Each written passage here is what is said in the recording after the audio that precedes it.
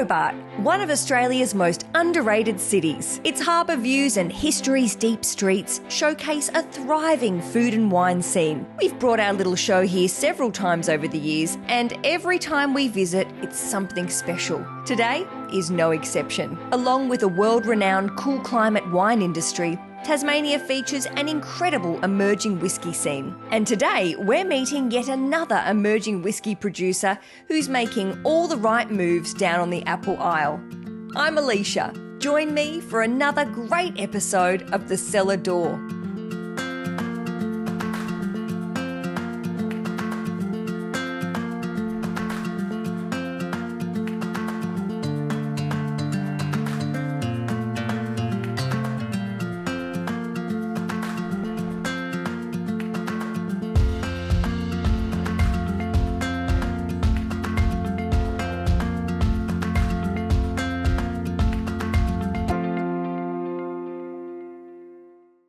With a population of over 200,000, Hobart has quickly become the whisky capital of Australia.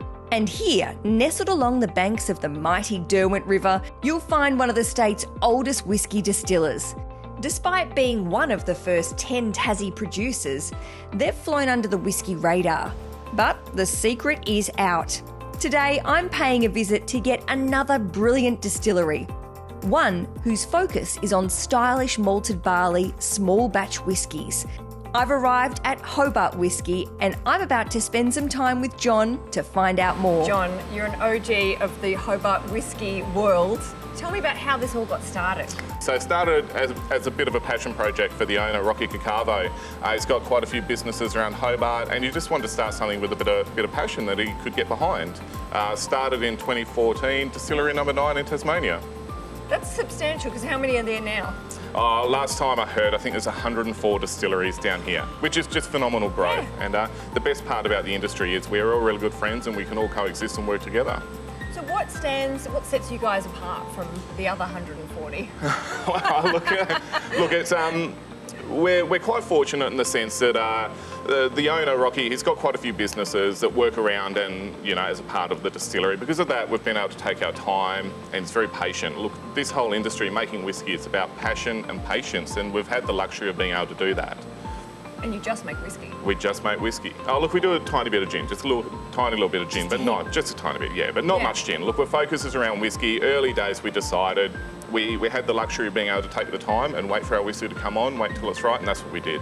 What is the connection with Tassie and whiskey? Why is it going so well here? Because I'm fascinated by this. I grew up here, and obviously it wasn't a scene when I was here earlier on, and now it's just like world-known, world-renowned. Yeah, that's right. Look, Tasmanian distilleries have taken out global awards.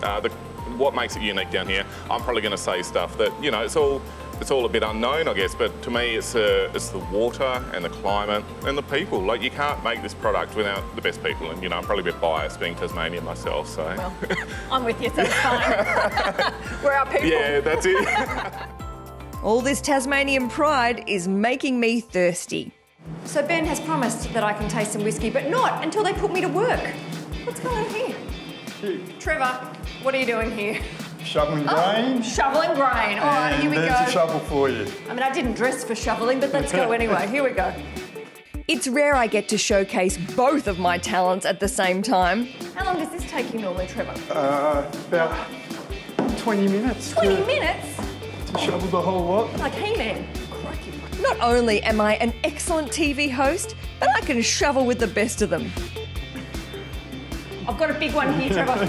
I'm going to make it. I nearly became Don't sheep slip lunch. over. Gosh. All right. Not bad for a day's work. Now, about that drink. Thanks, Trevor. See you later. Enjoy your drink. Yeah, I will. Thank you.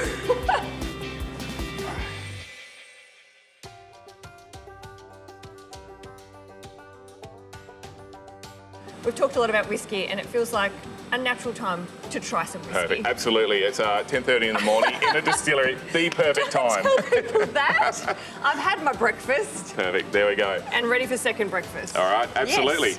Yes. Do you want to do the honours? Have you used a whiskey thief before? Right, okay, well now's your chance. There's only one rule. Okay. Don't hit the bottom of the cask with this. Right. So what am I doing? It's like a straw, right? So you put that in. Right. let the pressure build up Yep. into it. Put it down a little bit further. You know, I know it might have scared you a little bit. Yeah. The Now you got to put your thumb over the hole. yeah. All right, that's like a straw. Now you bring it back up, Yep. put it over the glass, Uh-huh. and away we go. Whoa, is that too much? Well, I mean, the only rule with this, the second rule is you have to drink what you pour. Oh, gosh. Right? Yep. Oh, well, do I? I like to stick by rules, so there we go. Perfect, absolutely. I've wasted some of your precious whiskey. That's all right. And now we let just go. grab this, right? And we See you just later. can sit it there like that. Look Ready at that. for the next Amazing. round. Gosh, here we go. Thank you. Perfect. And what are we drinking? All right, so this is an ex-Lafroig cask. So Lafroig is an Isle of whiskey. This is an ex-quarter cask from Lafroig. It's been matured in bourbon wood, our bourbon cask here, for about 5 years. And it's now finishing in this peated cask for about 3 or 4 months. So It is also about 61%. So Hello. you're going to give it a go? Yep.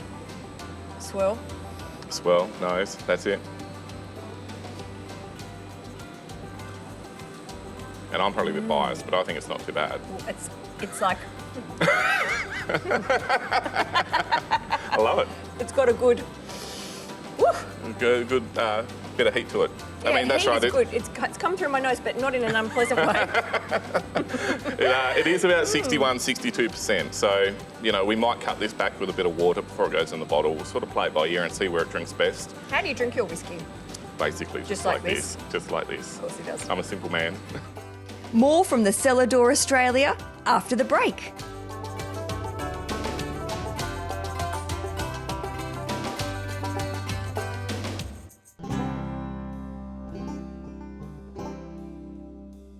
I'm in Hobart paying a visit to Hobart Whisky, and John and I have found ourselves at the bar. I've done a little bit of work for you, and I think maybe I've earned a taste. I did see it. You were hard on the shovel, and it Yes. looks like you helped a little bit. I mean, how was it though? Was Got it? the gun show out. Yeah, it was. I seen maybe like 4 or 5 shovels. I mean, That's still a lot. yes, but that's all right. You've earned your keep. We can Thank now you. get into the whiskey. Lovely, lovely stuff. So we've got a selection of 3 here. I'm excited to try. Absolutely. We'll start with the first one, right? Mm-hmm. So this is our Hobart Whisky signature. This is a core range product that we put out in 2020. Basically, the response to the market wanting a consistent, good quality whiskey. Up until this point, we were putting out limited bottlings, you know, any number of bottles, any ABV, any cask type. Great for us, we do what we want, great for the customer, not so good for stockists, bars, bottle shops, restaurants. So 2020, we put out this core range whiskey. Effectively, it's always Thank you. available. Nice. Matured in American oak ex-bourbon. Sometimes we've added in a little bit of sherry, wine cask, and the idea with this is something that's just really sessionable and sweet and light and easy to drink. I'm going to start using sessionable socially. It's a good word, I think it's very sessionable. Because it makes you sound professional. Oh, I need that. So, you know, give it a go. It's pretty keen. I was Yeah, straining I know, there. yeah. I know. I was like, oh. 48%. You know, typically, we sell quite a bit of this through mainstream bottle shops and bars.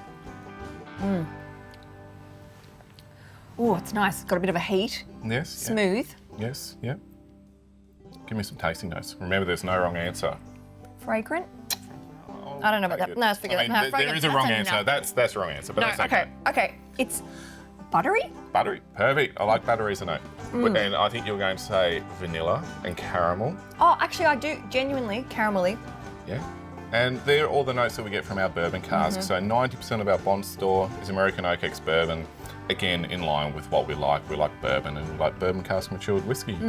So I enjoy bourbon, and I can definitely pick up the bourbon vibes. Bourbon vibes. Yeah. So you're going to pick up a bottle of this on your way out then? You know it. Never miss a chance. As I've come to learn, every distillery does things a little differently to the rest. So I'm catching up with Hobart Whisky's head distiller, Ben, to learn more about their process here. Ben, this looks like a big risotto, but I know it's not risotto because I feel like it's got something to do with the whiskey. Can you explain the process of what I'm seeing here? Yeah, sure. So this is the mash. It's towards the end of the mash. So it sort of looks, it's all a bit, you know. Gluggy. Yeah, exactly.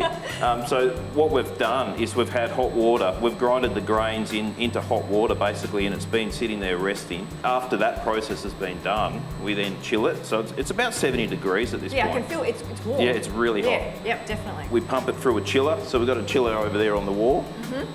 That chills it down to about 20 degrees. Right. After that, it goes into a fermenter, and then we put yeast in it. That's the beginning of fermentation. Okay. Can I see some of the grains before it starts to look like the risotto? Yeah, sure. Sure. So that's how it begins. Oh, there it is. See, simple. Who'd have thought this provides so much pleasure down the track for so many people? Exactly. It all starts from this. So 100% Tasmanian malted barley. Great. Go Tassie. Can I have a little taste? Yeah, go for it. Let's do it. Pretty tasty. Yeah. Oh, it is so malty. It's actually really nice. Yeah, it is, yeah. It's got a bit of sweetness. I don't mind that. Really toasty. Yeah. Tastes like a good cereal. Yeah.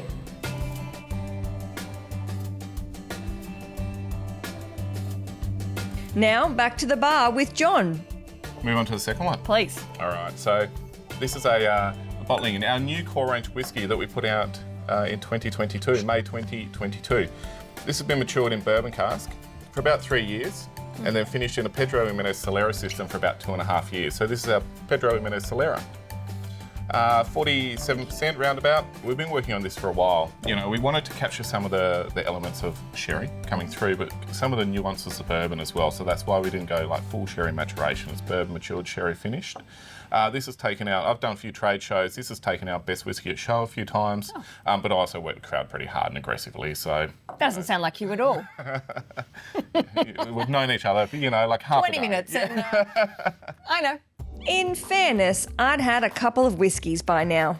So, but I imagine this is when we were having our chat earlier, we were standing in front of the pyramid barrels. That's right, yes. This is- Yeah. Absolutely. Yes, got my This is knowledge. from that. There you go. I've got my Perfect. I knowledge. like it. So that's a Cellar, right? So Cellar is a traditional way that they mature sherry in Spain. Typically, it's a pyramid of casks, and they fill the top one, split it down through the rack half at a time. And the idea is that increases consistency and quality of the product.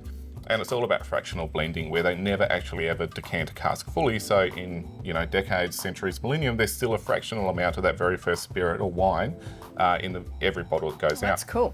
That makes it even more exclusive then, doesn't it? Absolutely, that's right. So still light, sessionable. Yep. You're going to give me some tasting notes on this one. Well, I definitely, the sherry, it's quite a different taste to the first. Absolutely. Yeah, I'm really getting, I'm going to do this Oh, there we go. That's and this. Yeah. I can really smell the difference. Definitely taste the difference. Yes, yeah. Bit sweeter. absolutely. So Pedro Jimenez is quite a sweet sherry, and that comes through. So for me, anyway, it's got some of the underlying flavours of the bourbon come through, as we mentioned. The not fragrant, that was wrong, sorry, but you know, the vanilla, the butteriness, the caramel, and then it sort of develops into that sherry finish. And the sherry brings sort of what I would describe as red lollies, maybe. Oh. This is the best thing about whiskey. There's no wrong answer to tasting notes. Like, everybody interprets flavour quite differently, and you can say exactly what you think. Less creamy than that one. Perfect, yeah, all right, there we go, I'll take it. It's not bad, you're learning. Oh, thanks. Not fragrant. Not fragrant.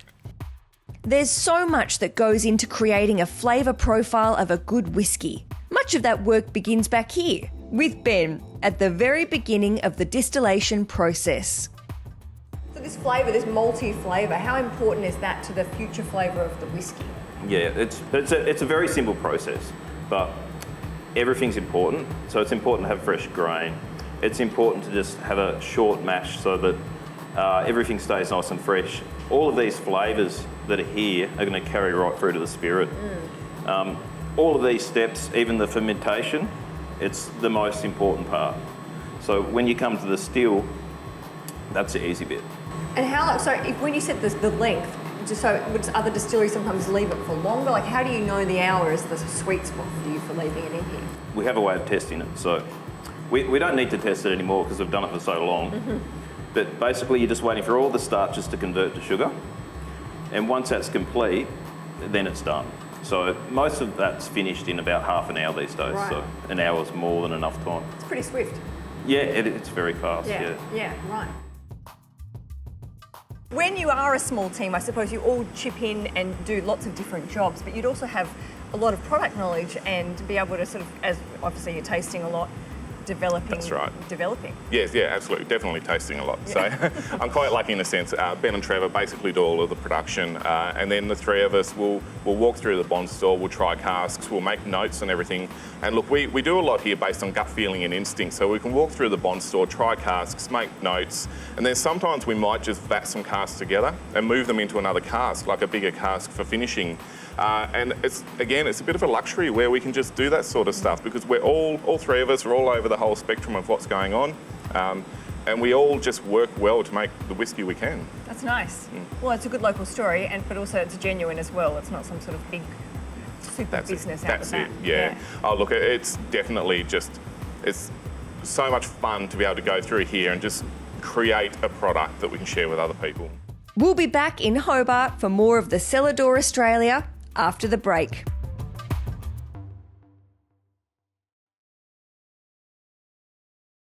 Whilst filming the Cellar Door Australia in Hobart, our crew chose to stay at the Rocks. Inspired by our ever-evolving city, the Rocks stands amongst convict-built churches and graffitied walls, melding Hobart's past with its present. With modern and historical apartments, you can choose the accommodation style that suits you. The Rocks brings the very best of Hobart to your door. Step outside into the thick of it, or stay in and let us bring the goods to you. To book your stay at the Rocks, visit therockshobart.com. Today, I've been in Hobart visiting one of the oldest whisky distilleries in Tasmania, and I've spent some quality time with distillery manager John. There's a common question, how should I drink my whiskey? Yeah. However you like. Sure. Just, add a drop of water, add a bit of ice, add Coke if you want. It's your product. Everybody enjoys stuff differently. Yeah. So, Oh, this feels too nice to mix anything. Absolutely. Look, I'll go I think you should always go for a second. oh, absolutely, that's right. I think I've already gone for 3 or 4 already. So. Yeah, but you got your whiskey legs. You were talking a big game before you got here, though. I know. And look at me. Hey. No, it's delicious. Cheers to you. Looking forward to seeing this. Yes, thank you. Go for a third. Before we finish, Ben wanted to show me a few more nuances to the whisky making process. So Ben, we've moved into this room. There's a lot of action happening. I can see things dripping and boiling. What goes on in the still from Yeah, sure. when it's first moved in? Yeah, sure. So basically, after we've fermented it in the fermenters, we pump it across into the still. It comes over, we collect it in a nice big vessel here. It comes out in a sort of like a blue colour. Right. It's about 25% ABV. At that point, that is what we call low wines. So Is that what we're seeing dripping out of here? no, so at the moment, this is a spirit run. So that's already been through that stage. Right. And after that stage, we put it back in the still. And this is when we do the spirit run, and that's when we do the cuts. And how long is the whiskey or the pre-whiskey? I'm going to call it pre-whiskey. That's a new thing. Pre-whiskey. How long is it in the still for before it gets to what we're about to? The first run, it takes about 10 hours. Oh, it's quite quick. Yeah, it's pretty quick. But then you've got the waiting when it gets into the barrels. That's the big waiting, isn't it? Yeah, that's a big waiting. Yeah. So I can smell this. It's strong. Oh, exactly, yeah. So it's about 70%. Right. Yeah, Yeah, great. Should we have a little sip? for sure. Okay. So that is pretty strong. I've done quite a few shows and spoken to many people about whiskey, and the thing is, you learn stuff every time, and you learn about people and how they interpret flavour. Yeah, every palate's different, I That's suppose. right. Yeah. Yep, absolutely. And it can come down to where you grew up. You might have a different preference on whiskey or flavour based on where you grew up. Did you grow up on a farm with hay and straw and that sort of stuff around, or did you grow up in the city? Great. All right. So this one here Thank you. is our Tasmanian whiskey liqueur. Oh. So recently, in the 2022 World Liqueur Awards, we took out the world's best honey liqueur with this. So this is only 35%. It is a liqueur made with our single malt whiskey, Tasmanian Manuka wildflower honey, orange zest, cinnamon and spice. Basically a health drink. Absolutely. So, Oh gosh, you really. That's good for you. But you can smell the honey. yeah, oh, absolutely. Wow. That's because there's honey in it. Oh my gosh, that's lovely. 35%. Still got quite a bit of alcohol in it, Yep. but very sweet. And you drink this neat? Absolutely. Yeah. Yeah, we serve it up at some winter events as a hot toddy. Just put a bit Ooh. of, warm punch with it. Oh, I've got some cinnamon Yeah, perfect. There we go. What do you clovey. think? Clovey? Maybe a little bit of clove. I mean, there's some secret spices in there, I wouldn't reveal. That's right. Well, I'm not going to tell you. Of course you're not. That's nice. It's not too. It's sweet, but it's not like a. That's blow right. your So head a lot off. of the sweetness comes from honey. Like, don't get me wrong, there's also sugar in there as well, but you know, the honey sort of helps balance out that sweetness. Oh, that's nice. Okay, finally time to pick a favourite. So what was your pick out of all three? Well, look, I do love bourbon, so I feel like, you know, I'm a bourbon gal, so I feel like this might be if I was going to drink it regularly. But also, this is a bit of a novelty for me. I've never tasted anything like this before. We sell quite a lot of this, especially at whiskey shows. People are drinking whiskey all day, and their palates are getting dehydrated, and this is just the perfect sort of end to a show. This is also the perfect end to the show. There you go. See, I for it, didn't I mean, that could not be a better segue ever. Hey, thank you so much for showing me around. Congratulations on all your success, and also it's been lovely to learn more about the process. Oh, look, it's great just to sort of share our story and introduce our team and, you know, just talk to people about what we're doing. And you're like, number 9. Woo! Yeah.